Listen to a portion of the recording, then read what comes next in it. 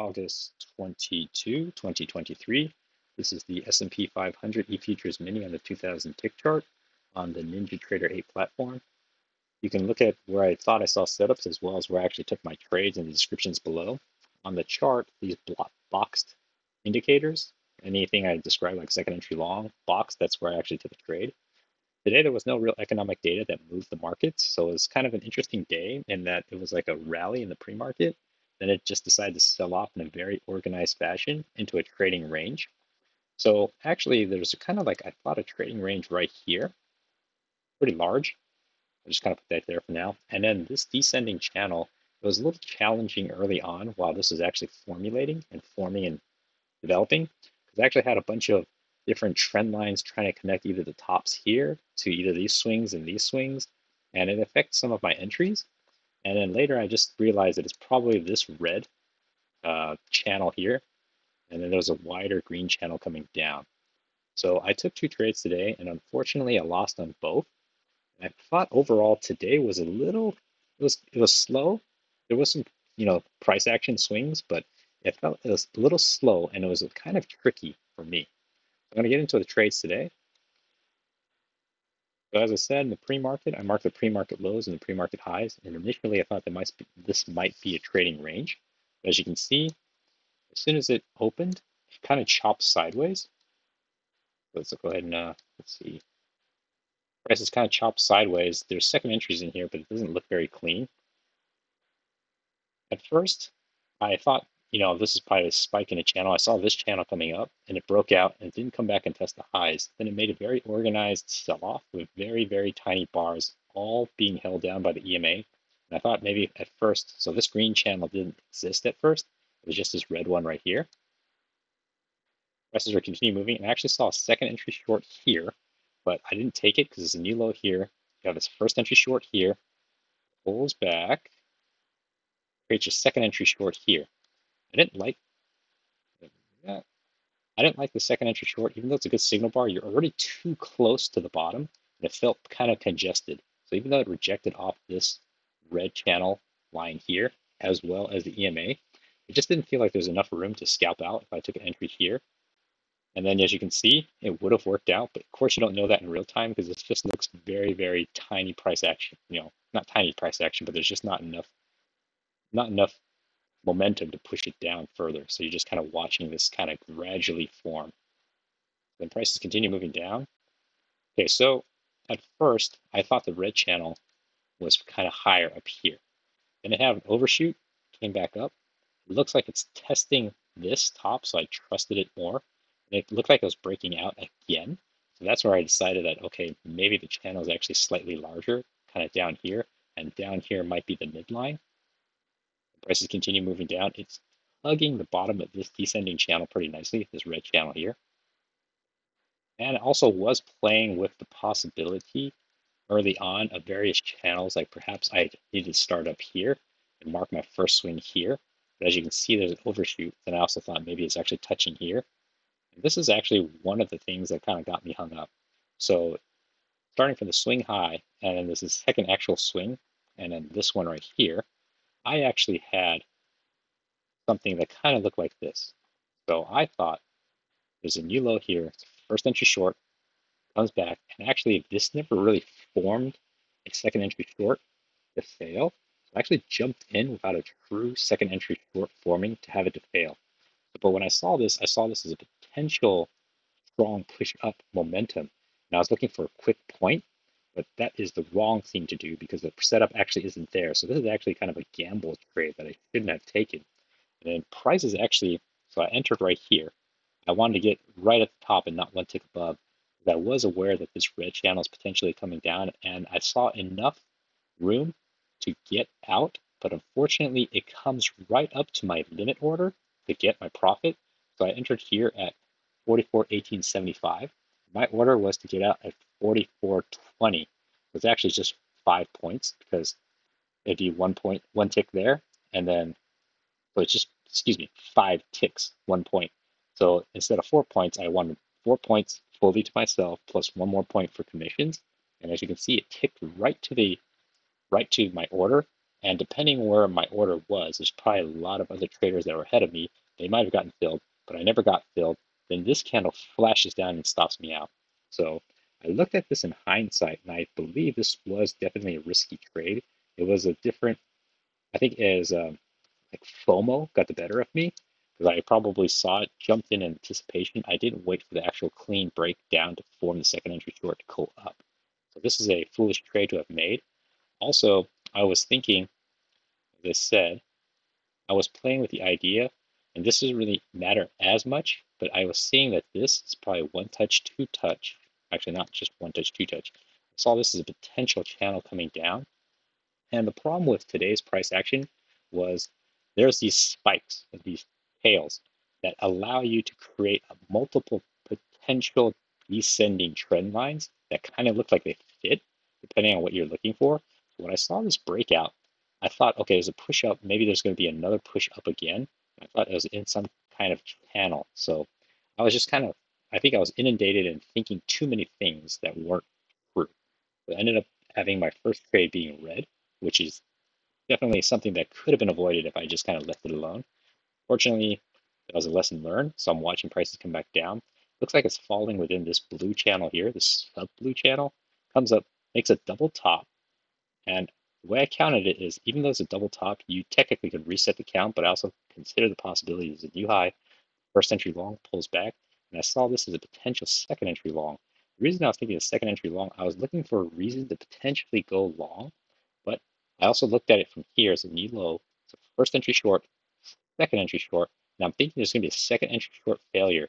So when this happened, I thought, okay, there's a second entry long. The signal bar could have been better if it closed above the EMA, but definitely have a second entry short failure.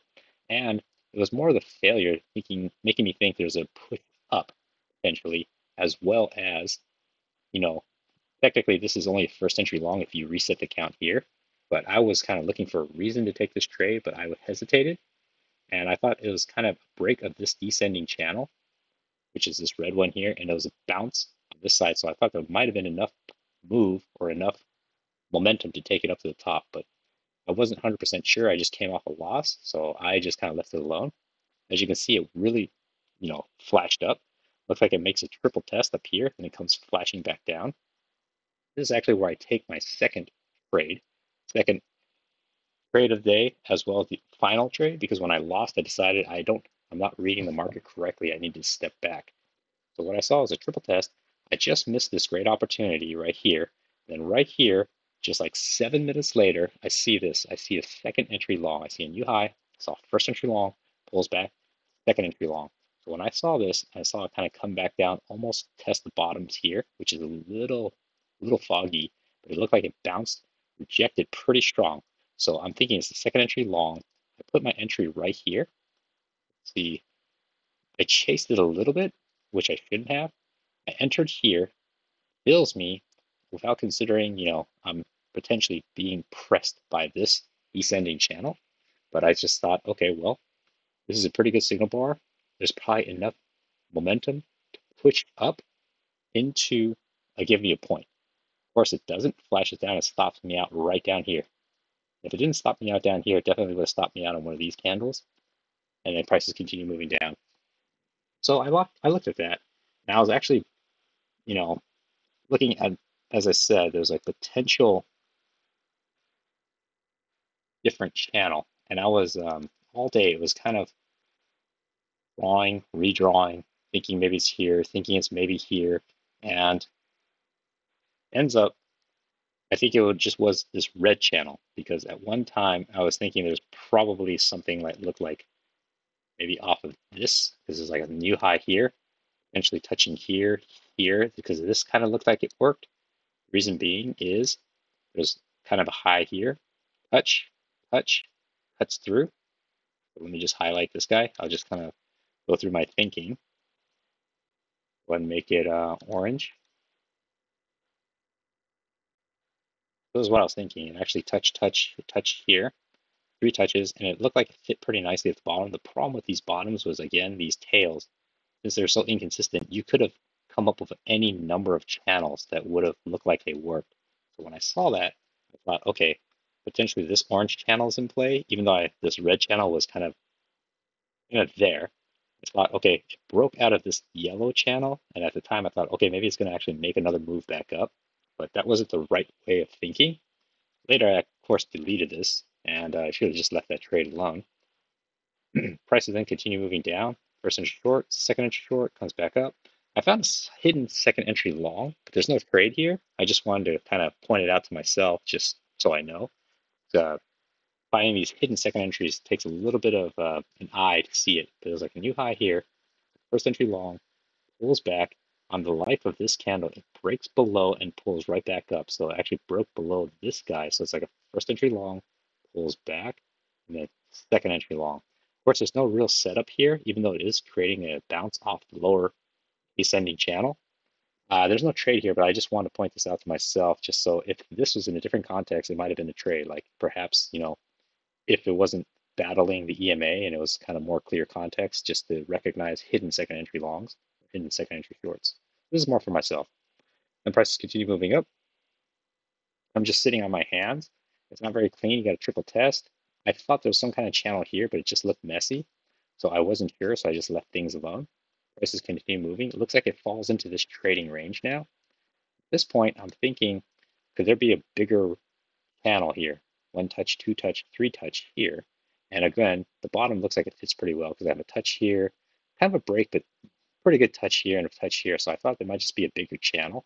Not that there was going to be any potential trades tick because it looked like prices were selling off, consolidating, selling off, maybe rally, consolidating again. So it was a little bit, in my opinion, a little tricky, at least for my skill level. The prices continue moving down, chops, and that flashes down, falls into another trading range. This is just a mess. So I'm not looking for second entries at this point because it looks like it's just too risky. I need a clear break in one direction or another. I need more information, more things to unfold. Price is going to continue moving down. Again, you got this really, really congested, pretty neutral candles going with big tails, just fighting it out right here. I don't want to be a part of that. The prices rally upwards. I thought I saw this channel that fit. Unfortunately, I didn't see any good, clean, safe entries. And then prices came down, and I do see this new high. It's like a first entry long, but I also counted just as one leg down, right? One leg down, even though technically there's a new high here. Technically there's a second entry long here, but I saw it as one leg down. First entry long, second leg down, potential second entry long. Now, this potential second entry long, it is a break of this channel. It did complete and make a new low, so you're thinking prices might reverse. The other thing going for it is it looked like there's some kind of support right around this area. It didn't come clean down to the bottom, but right around here, it looked like there was at least some kind of reaction right here. So I noticed that, but I didn't act on it because, as I said, I already lost two in a row, and just part of my rules and discipline is I didn't want to react emotionally and just take another trade in hopes of winning it back. So I just kind of walked away. I just decided that I was going to walk away red today. And it's like it worked. So I was just watching this, thinking I'd probably put an entry right here. On top of that, this candle is only, let's see, a high of 99 and a low of, so this is only about 1.17 ticks large. So it's like worth a risk, I thought. Then prices would have moved up. It would have gotten a quick scalp. Prices continue moving down. Falls into this trading range. I thought I saw ascending channel here. Technically, new low here. First entry short, second entry short, but it's a bad signal bar. Falls into this trading range, just kind of chops left and right. I see a failed second entry short. It's a new low here. First entry short, pulls up. Second entry short. And it looks like right here it's about to fail. Now this failed second entry short, I didn't like it because it's kind of in the middle of this trading range and it just tested the top. So it looks like, it technically hit the top of the range. It wants to probably, technically already touched the bottom and moved its way back to the top. It could come back down, but I also thought there's a potential second entry short failure because here the second entry short was made, but when it closed rather high. So I thought maybe it's going to come back up to the top.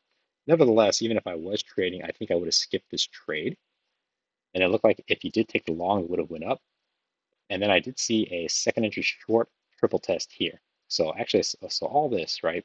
Even though there's a new low here, I counted this as the localized new low. And I said if first entry short pulls up, potentially it's making a second entry short. This is a pretty decent signal bar to go short. It's at the top of the trading range. You got a triple test, 1, 2, 3. So I thought if I was going to take a trade, I probably put it one tick below. It looks like I would have gotten filled, and I would have gotten my scalp all on the life of this candle. The prices continue chopping, flashes out, chops around. It's out of this trading range now. I thought this is probably a failed breakout in the larger context. Comes down. I do see a lower high, excuse me, higher low. I do see a higher low here. So it looked like it broke out, failed breakout, came down, pushed up once. Now the problem with taking this higher low, it's pretty close to the EMA. It's also close to the top of the range. And after an overshoot, I'm thinking it might make one push up, falls back down, tries to reach the other side, make another push up. So taking a higher low felt risky.